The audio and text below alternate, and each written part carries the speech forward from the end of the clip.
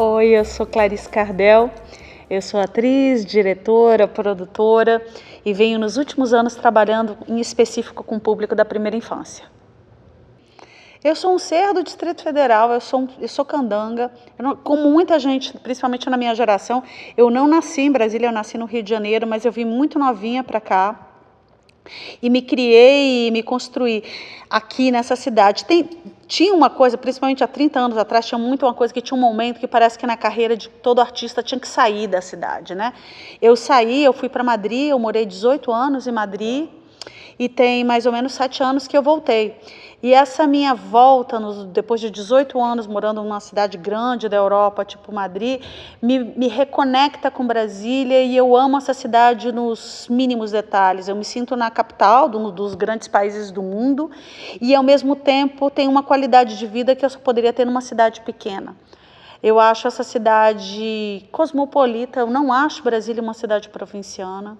Eu acho uma cidade que tem um horizonte que eu ainda, que vivo no plano piloto, percebo ainda a sorte de viver na utopia de Lúcio Costas e de Niemeyer, sabe? Essa cidade que é um grande parque, essa cidade que é acessível e que você pode chegar perto e que você, quer queira, quer não, é claro que a gente está saindo agora da pandemia e que é tudo muito anômalo, né?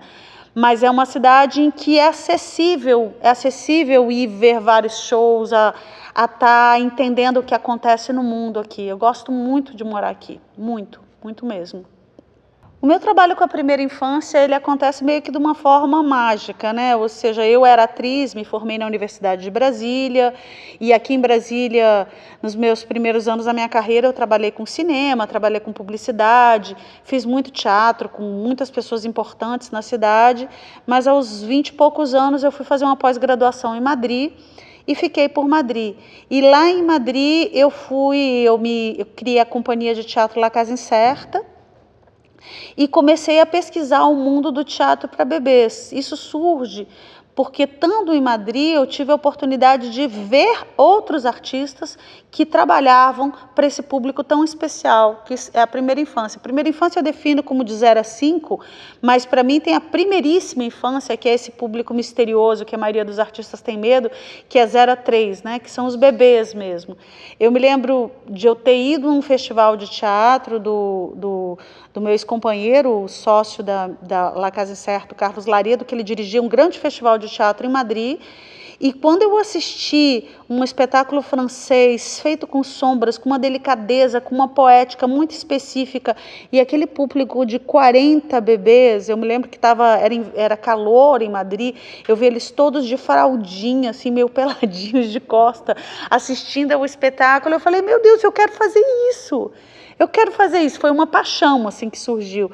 E imediatamente, logo depois eu fiquei grávida, então eu entrei na viagem que assim, tem gente que entra no mundo dos bebês porque é tio, porque convive, porque tem um irmão mais novo. Eu era um mundo meio desconhecido para mim, então assim, eu tive uma imersão com a maternidade nesse mundo desconhecido dos bebês. E a raiz daí, a gente fundou uma companhia, que é a La Casa Incerta, que a gente criou mais de 16 espetáculos para esse público. Viajamos o mundo com esses espetáculos, criamos diferentes festivais. A gente fez em Madrid um festival chamado Rompiendo el Cascarón, que era um ciclo de teatro para bebês que acontecia no centro de Madrid, que aglutinava grande parte do que estava sendo criado por artistas pioneiros, porque quem trabalha com bebês em geral e faz um trabalho sério são pessoas pioneiras, que têm um entendimento do ser humano em toda a sua potência nos primeiros anos.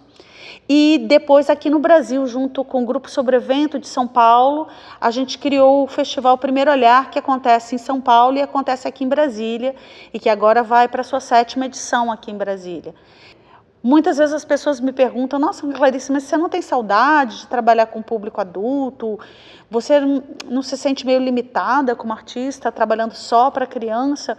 E eu, nesses últimos 20 anos que eu tenho trabalhado com bebês, eu trabalhei com adultos e gosto de outros públicos também, de outros desafios e de outras aventuras, mas eu não me canso do público da primeira infância. Eu não me canso da possibilidade do encontro, da maravilha no olhar desse público. Então, como artista, eu ter a possibilidade de me encontrar com esse grupo de 40 pessoas junto comigo, que vem beleza numa folha que cai.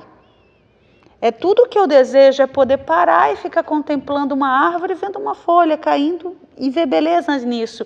E é um público que naturalmente vê essa beleza no efêmero, vê a beleza no sutil e tem uma capacidade inata para a maravilha. Então é um grande privilégio como artista trabalhar com esse público e eu não canso. Quando a gente trabalha para esse público, a gente trabalha sempre com um adulto que acompanha essa criança. Isso é um fato. Não existe, seja o professor na creche, ou seja o pai ou a mãe, sempre tem esse triângulo artista, bebê e adulto. Eu confesso que logo eu lembro que assim que a gente estreou nosso primeiro espetáculo, Pupila d'Água, que é um espetáculo que vai fazer aí já 20 anos que ele existe, a gente, quando estreou esse espetáculo, a gente fez uma longa temporada de uns 4 meses no Fernão Gomes, que é um teatro bem no centro de Madrid, e a gente fazia de terça a sexta 2 apresentações por dia para creches, e sábado e domingo para o público familiar. E de terça a sexta eu tinha 40 bebês e 2 adultos, 3 adultos. E no final de semana eu tinha uns 60, 70 adultos e 40 bebês. E eu vivia o final de semana como uma tortura. Eu vivi o final de semana como, eu quero ficar só com os bebês, eu quero ficar só com eles. Até que teve um momento que me deu um clique, de eu entender que para que esse rito aconteça, um rito coletivo, porque o teatro para bebês, na verdade, ele configura na nossa sociedade ocidental uma possibilidade de um lugar onde um grupo de pais e bebês conjuntamente comungam de um ritual, onde eles podem ter uma apreciação estética conjunta. Eu entendi que nesse triângulo adulto, artista e bebê, eu precisava emocionar esse adulto. E desde então foi como um chip para mim, como intérprete, de entender que eu preciso emocionar. E o que acontece com a gente é que muitas vezes esse pai, essa mãe, esse professor, eles vão para o teatro esperando que eles vão ver uma coisa que não lhes diz respeito, uma coisa bobinha, uma coisa chatinha, uma coisa limitadinha, uma coisa que é para o meu bebê. E de repente ele vê e fala, o que é isso? Quantas vezes eu escutei, principalmente no contexto de creches da periferia, um público adulto que também era a primeira vez que eles tinham acesso ao teatro. E muitas vezes esse pai e essa mãe não são pais e mães que iriam para o teatro por si só. Eles vão pelo teatro pelo filho. Então tem uma possibilidade. Nosso festival se chama O Primeiro Olhar, uma possibilidade de inaugurar esse primeiro olhar, não só dessa criança que está tendo contato com uma experiência artística pela primeira vez, mas por esse pai e essa mãe. Eu muitas vezes digo que não é o pai e a mãe que levam a criança para o teatro, é a criança que pega o pai e a mãe, pega pela mão e leva para o teatro. E oferece para eles uma proposta. E desde o momento que eu mudei o chip, de entender que eu preciso comover, que eu preciso emocionar esse adulto, que ele está junto, a coisa flui. Você tem em conta que uma criança de 0 a 3, ela tem uma simbiose com esse pai e essa mãe. Esse pai e essa mãe estar emocionado é fundamental para que essa criança se emocione junto. É um processo para ir todo mundo junto, a gente tem que ir junto num espaço de estar todo mundo no templo, contemplando, né? Dentro do templo, todo mundo junto e vivendo um ritual coletivo de uma experiência estética bonita. E é inevitável, porque tem o espetáculo de ver o espetáculo e tem um espetáculo para os adultos de verem as crianças vendo o espetáculo, que isso sempre é uma experiência muito surpreendente para todo mundo, né? E eu estou falando aqui muito no âmbito do teatro, mas eu estendo o que eu estou falando no campo do audiovisual. O que a gente faz com o nosso Bebê Lume, que é um canal, quem está me ouvindo entra no www.bebelume.com.br, que tem alguns vídeos nossos lá para você ver. E a gente faz o nosso conteúdo audiovisual sempre pensando em dar essa piscadinha para o adulto e que o adulto junto se emocione e curta junto. Trabalhar com teatro para bebês não tem regras específicas. Muitas vezes eu faço cursos com artistas, conversas sobre quais são a grande pergunta: como vocês fazem para ficar com 40 crianças conectadas tanto tempo? Eu digo que não só do que a gente já experimentou como companhia na criação de espetáculos, mas também como programador de festival e tendo visto o que muitos artistas fazem. Não existem fórmulas, não existem regras, não existem... Cada um, eu acho que é um espaço de liberdade artística que nem você tem esse espaço de liberdade artística com o público adulto.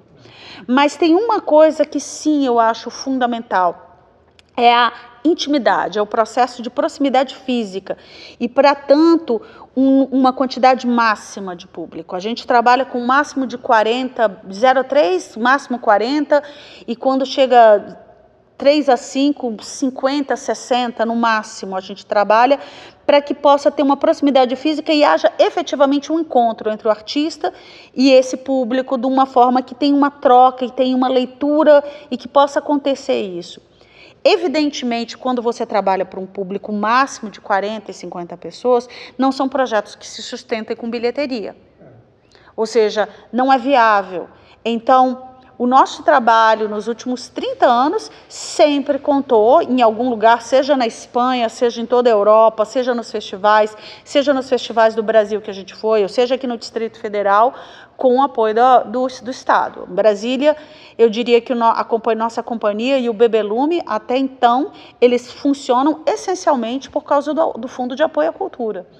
Recentemente, em 2015, dentro do Festival Primeiro Olhar, a gente organizou junto com o Ministério da Cultura e a Rede Nacional da Primeira Infância o primeiro Encontro Nacional Cultura e Primeira Infância, e onde reuniu-se muitas pessoas que pensam a educação e a cultura conjuntamente para a primeira infância. E eu me lembro que teve um determinado momento em que teve uma discussão sobre quem é mais poderoso nessa formação artística na infância, se o professor, que é aquele que tem um contato muito mais frequente, ou se um artista que vai ter necessariamente um encontro efêmero.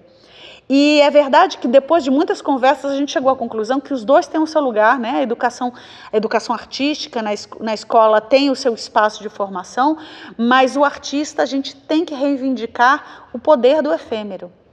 O poder daquele encontro que você viveu durante um momento, aquela história, aquela experiência mágica que te marcou para o resto da vida. Eu acho que cada um de nós pode falar de uma experiência, eu posso falar para vocês de espetáculos de teatro que eu vi adolescente que me marcaram e que me mudaram a minha vida. E eu acho que a gente não pode desprezar. Então, eu acho que a nossa matéria-prima é o efêmero. Uma coisa que a gente tem muito orgulho aqui em Brasília foi porque em Madrid, sendo organizado como companhia, mas também organizando o Festival Rompendo el Cascarón, a gente organizando um grande festival de teatro para a primeira infância em Madrid, criou-se um mercado de companhias que começaram a querer fazer espetáculos para estar no festival. Mas em Madrid, eu tenho que reconhecer que companhias interessantes se arriscaram na criação para a primeira infância, mas mais do que tudo surgiu um pouco uma coisa de um filão. Ah, olha, aí tem uma nova moda, coisa do teatro para bebês. E aqui em Brasília, companhias como o Coletivo Antônia, como a Nara e a Caísa com Achadouros, o Zé Regino, o grupo Pessoas e Pessoinhas, o trabalho do Gabriel Guirá. Aqui em Brasília, como festival, a Fernanda Cabral com o Estúdio Sereia. Aqui em Brasília, a gente levou um movimento de pessoas que vêm do teatro físico, do teatro de pesquisa, do teatro dança e que se aventuraram no teatro para a primeira infância, não com esse pensamento mercantilista do filão, e sim como uma possibilidade de um lugar de experimentação artística e de potência. Uma das coisas que mais caracterizam a primeira infância é a capacidade de um bebê que ele cai e ele levanta. Se a gente levasse as porradas que um bebê leva quando começa a andar e que fica com a cara roxa e que se machuca, a gente talvez desistisse. E os bebês não desistem, eles caem e eles levantam. Então, esse momento trágico pelo qual a cultura e o Brasil está passando em todos os aspectos, é um momento que é muito importante estar com a primeira infância, porque eles, como mestre, nos ensinam que a gente vai levantar. Entende?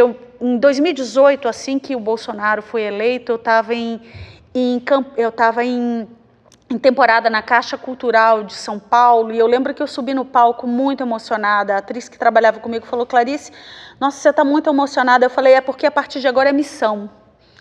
A partir de agora é missão, porque eu acredito profundamente que reivindicar o ser humano em toda a sua plenitude, no momento que nasce, ele é, em última instância, um projeto político. E é necessário, mais do que nunca, reivindicar a beleza. A beleza vai salvar o mundo.